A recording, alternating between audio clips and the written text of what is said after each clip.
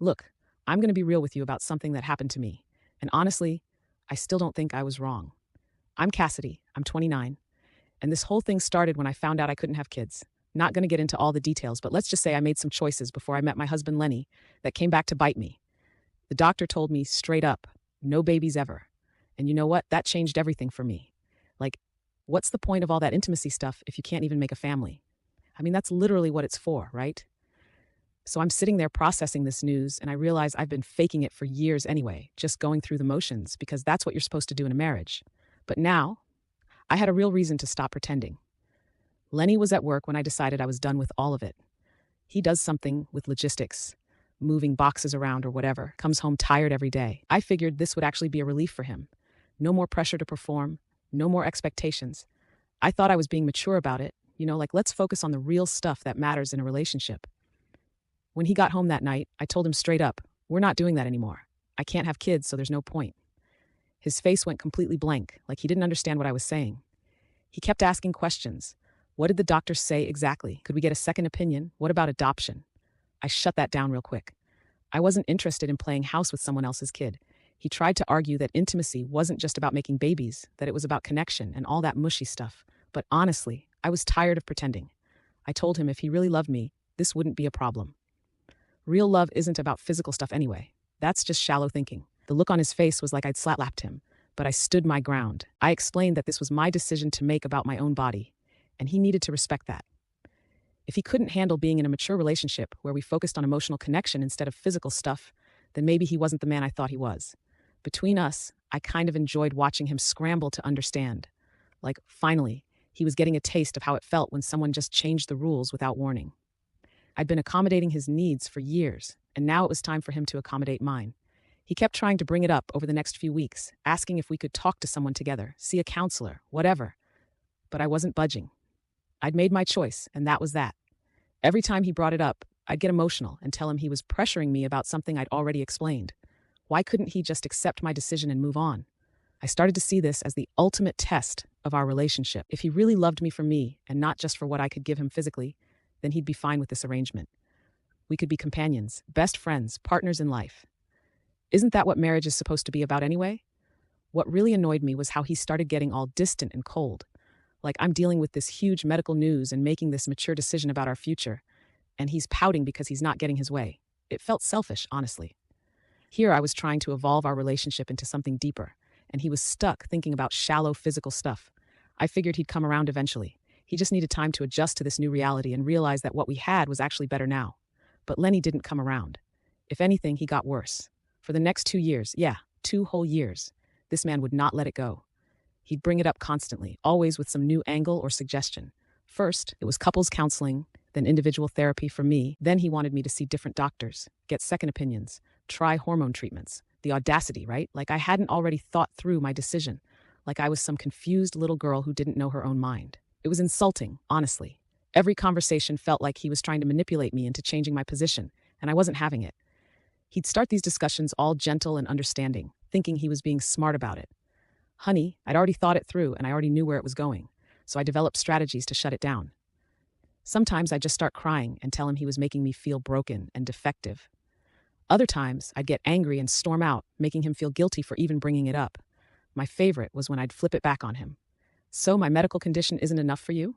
You need me to be physically available, even though I can't give you children? What kind of man does that make you? That usually shut him up real quick. Between us, I started to enjoy the control I had. For once in our relationship, I was the one setting the boundaries. I was the one who got to say no and have it actually stick. Do you know how rare that is for women? Usually we're expected to just go along with whatever. But this time, I had medical backing for my decision. But then he started changing in ways that really ticked me off. He'd come home from work and barely talk to me. He'd make his own dinner, watch TV by himself, go to bed early. When I'd try to cuddle or be affectionate in other ways, he'd stiffen up and pull away. It was like he was punishing me for having boundaries. I confronted him about it multiple times. Why are you being so cold to me? I'm still your wife. I still love you. But he'd just shrug and say he was tired from work. Total BS. He was clearly trying to make me feel guilty for my medical situation, which was cruel if you ask me. The worst part was how he stopped trying to do nice things for me. No more surprise takeout from my favorite place. No more little gifts. No more planning weekend activities. It was like he decided if he couldn't get what he wanted, He wasn't going to put effort anywhere else either. Talk about immature. I started wondering if I'd married the wrong person. Maybe he was just one of those guys who only cared about one thing. And when that was off the table, his true colors came out. It was disappointing. Honestly, I thought he was better than that. His friends started acting weird around me, too, like they knew something I didn't. When we'd hang out with other couples, I'd catch them giving Lenny these sympathetic looks, like he was some victim or something. It made me want to scream. I was the one dealing with a medical condition here, but somehow he was getting all the sympathy. I tried talking to my sister about it, and even she was like, "Cass, maybe you should consider counseling together." It felt like everyone was ganging up on me, trying to pressure me into doing something I'd already decided against. Why couldn't anyone just support my choice and leave it alone? Everything came to a head when Lenny handed me this letter. He'd been working on it with some counselor he'd started seeing by himself, which, by the way, felt like a betrayal. Going to therapy to complain about me behind my back. Real mature. The letter was all carefully worded and diplomatic, probably because his therapist helped him write it. It basically said he loved me, but our marriage was falling apart, and could we please try counseling together, or would I at least consider seeing a doctor about possible treatments for my condition? It ended with some garbage about how he wanted to fight for our relationship, but needed to know I was willing to fight too. Reading it made me see red. First of all, the audacity to put this all in writing, like some kind of business proposal. Second, the manipulation of making it seem like I wasn't fighting for our relationship. I was protecting myself and setting healthy boundaries, but apparently that didn't count as fighting for anything. But what really got me was the underlying message that my decision wasn't good enough, that I needed to be fixed or changed to make him happy. After 2 years of him wearing me down with the same requests over and over, here he was again, just in letter form this time. So I grabbed a red Sharpie from the kitchen drawer and wrote across his precious letter, "Go get it elsewhere because you're not getting it from me." Then I threw it at him and walked out. I drove around for hours just furious that it had come to this. Honestly, part of me was calling his bluff. Lenny wasn't the type to actually do something like that. He was too much of a rule follower, too concerned with being the good guy. I figured this would finally make him realize how serious I was about my decision, and he'd stop bringing it up. When I got home that night, he was sitting at the kitchen table with the letter in front of him. He looked up at me and said, "Okay," just like that. Okay? Like he was agreeing to take out the trash or something. I asked him what he meant by okay. And he said, "You've made your position clear and you've given me permission to handle my needs elsewhere, so that's what I'm going to do." I laughed because it was so ridiculous. "You're not serious." But he just folded up the letter and put it in his wallet. "I'm completely serious. You've told me for 2 years that this is how you want our marriage to be. You just put it in writing, so now I know where we stand." The weird thing was, he wasn't angry or emotional about it. He was just matter of fact, like he'd been planning this conversation for months.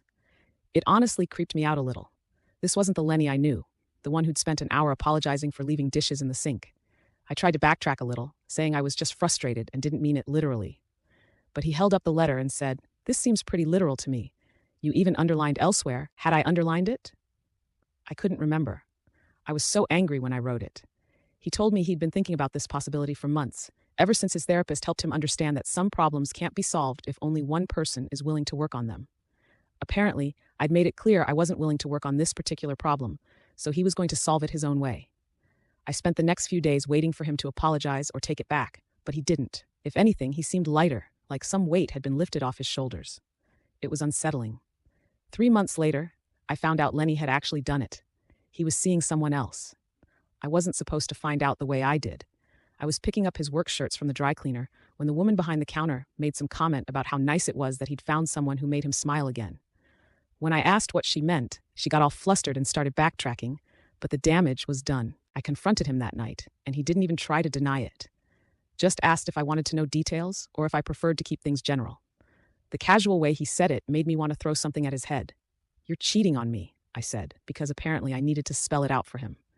He went to his wallet and pulled out my letter, now all folded and worn like he'd been carrying it around for months. "You told me to get it elsewhere." "This is elsewhere." "That's not what I meant." "Then what did you mean?" "Because I asked you to clarify that night, and you said it seemed pretty literal to you too." I started crying, not even on purpose, just from pure frustration. "I meant you should stop bothering me about it, not actually go sleep with other people." He just stared at me like I was speaking a foreign language. "So you wanted me to be celibate for the rest of my life and never bring it up again?" When he put it like that, it sounded bad, but that wasn't the point. The point was that he was supposed to choose me over everything else. That's what marriage means. I demanded that he end it immediately and promised we could try counseling together. Finally, right, I was willing to compromise. But then he asked the most infuriating question. What's the goal of counseling? To get you to change your mind about physical intimacy. I told him counseling was about communication and working through problems, not about me changing my fundamental position on something medical. So counseling to help us both accept a sexless marriage? If that's what it takes. Yes, he was quiet for a long time, just looking at me. Then he said, I don't think I can do that, Cass. I don't think I want to. The honesty was like a slap in the face. After everything we'd built together after 3 years of marriage, this was more important to him than our actual relationship. It proved everything I'd suspected about his priorities. I told him he needed to choose me or her, end the affair, and we'd figure out counseling, or I was done. What would counseling accomplish if you're not willing to discuss the main issue in our marriage? The main issue is that you're cheating. The main issue is that you unilaterally decided to change our marriage and told me to get my needs met elsewhere when I couldn't accept it. We went. He wouldn't agree to end things with her unless I could promise that counseling might actually lead to changes in our relationship. But I couldn't promise that because I'd already made my decision about physical intimacy, and it wasn't changing. The next few months were absolute hell. Lenny was basically living a double life, coming home to me but spending time with whoever this other woman was. He wasn't even trying to hide it anymore. He'd get texts and just answer them right in front of me. He'd shower and change clothes before coming home some nights. I tried everything to get him to stop. I'd cry and tell him how much he was hurting me. I'd get angry and threaten to leave. I'd try to be sweet and remind him of all the good times we'd had together. Nothing worked. The worst part was how calm he stayed through all of it. Like he'd made peace with the situation and I was the one being dramatic. When I'd scream at him about how this was destroying our marriage, he'd just say, our marriage was already destroyed. This is just me refusing to be miserable while we figure out what comes next. What comes next? I couldn't believe he was already thinking about ending things. I started trying to control when he came and went, asking where he was going, when he'd be back, who he was with, but he'd just say, elsewhere, and leave anyway. It was like my own words were being used as a weapon against me. Our friends started picking sides, and I was shocked at how many of them sided with him. Apparently, he'd been more open about our situation than I realized. People knew about my decision and about the letter I'd written. They saw him as the victim, which was completely backwards if you ask me. My sister actually told me I should let him go because I was torturing both of us. Torturing him? I was the one being cheated on. I was the one whose husband was running around with some other woman while I sat at home trying to hold our marriage together. But the absolute worst was when I found out who she was. Some woman from his gym, apparently.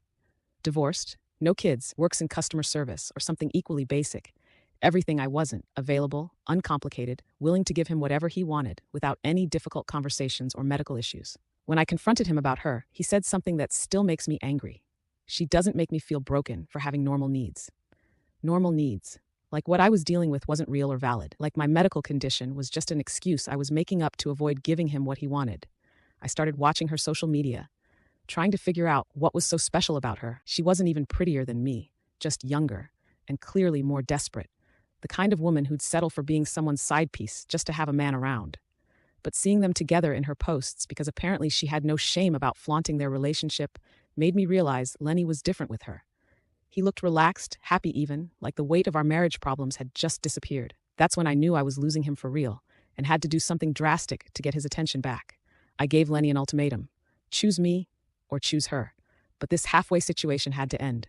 I was willing to try counseling if he'd just stop seeing this other woman and commit to working on our marriage. His response, what's the point of counseling if you've already decided physical intimacy is off the table forever? I tried to explain that counseling could help us find other ways to connect, other ways to be intimate that didn't involve what I couldn't give him anymore. But he just shook his head like I wasn't getting it. Cass, I don't want to learn how to be okay with being celibate for the rest of my life. I want to be with someone who actually wants me. That stung. I did want him, just not in that specific way. But apparently that wasn't enough anymore. He filed for divorce 3 weeks later. I couldn't believe it. After everything we'd been through, after all the years we'd built together, he was throwing it all away for some random woman he'd known for a few months. It proved everything I'd always suspected about men. They're only interested in one thing, and when you take that away, they have no loyalty at all. The divorce was nasty. He had documentation of everything, my letter, records of all his attempts to get me to try counseling, even notes from his individual therapy about how our marriage problems were affecting his mental health. He made it look like I was the unreasonable one, like I'd been withholding affection to punish him or something. My own family started questioning my side of the story when they found out about the letter. My mom actually asked me what I expected him to do if I wasn't willing to be a wife to him in all the ways that mattered. Even she was taking his side. I lost most of our mutual friends. They all acted like Lenny was some saint who tried everything to save our marriage, while I was the stubborn one who wouldn't compromise. Never mind that I was dealing with a medical condition. Never mind that I was the one who got cheated on. The final insult was when I found out through Facebook that he'd moved in with her. Not only moved in, but they looked genuinely happy together. She posted pictures of them doing normal couple stuff, grocery shopping, watching movies, going out to dinner, all the things Lenny and I used to do before everything fell apart. What really got me was seeing how relaxed and confident he looked in those pictures, like he'd become a completely different person. Someone I barely recognized. The man I'd been married to for 3 years was quiet and tired all the time. This version of him was laughing and social and seemed to actually enjoy life. I'm living alone in our old apartment now, and honestly, I'm done trying to make everyone understand my side. Lenny chose immediate physical gratification over building something deeper with me. Our friends chose to support the cheater over the wife who was dealing with a medical issue. My family chose to blame me instead of supporting me through a difficult time. Fine. I don't need any of them. I made a reasonable decision based on my medical reality, and I'm not apologizing for having boundaries. If Lenny was too shallow to appreciate what we could have had together, that's his loss. If this new woman makes him happy by giving him everything he wants without any challenges or depth, good for them. I hope they're very happy in their superficial little relationship. I'm sure it'll last forever, since it's built on such solid ground, as she gives me what I want when I want it. Real mature foundation for a life partnership. As for me, I'm focusing on myself now. I don't need someone who can't handle a real relationship with real challenges.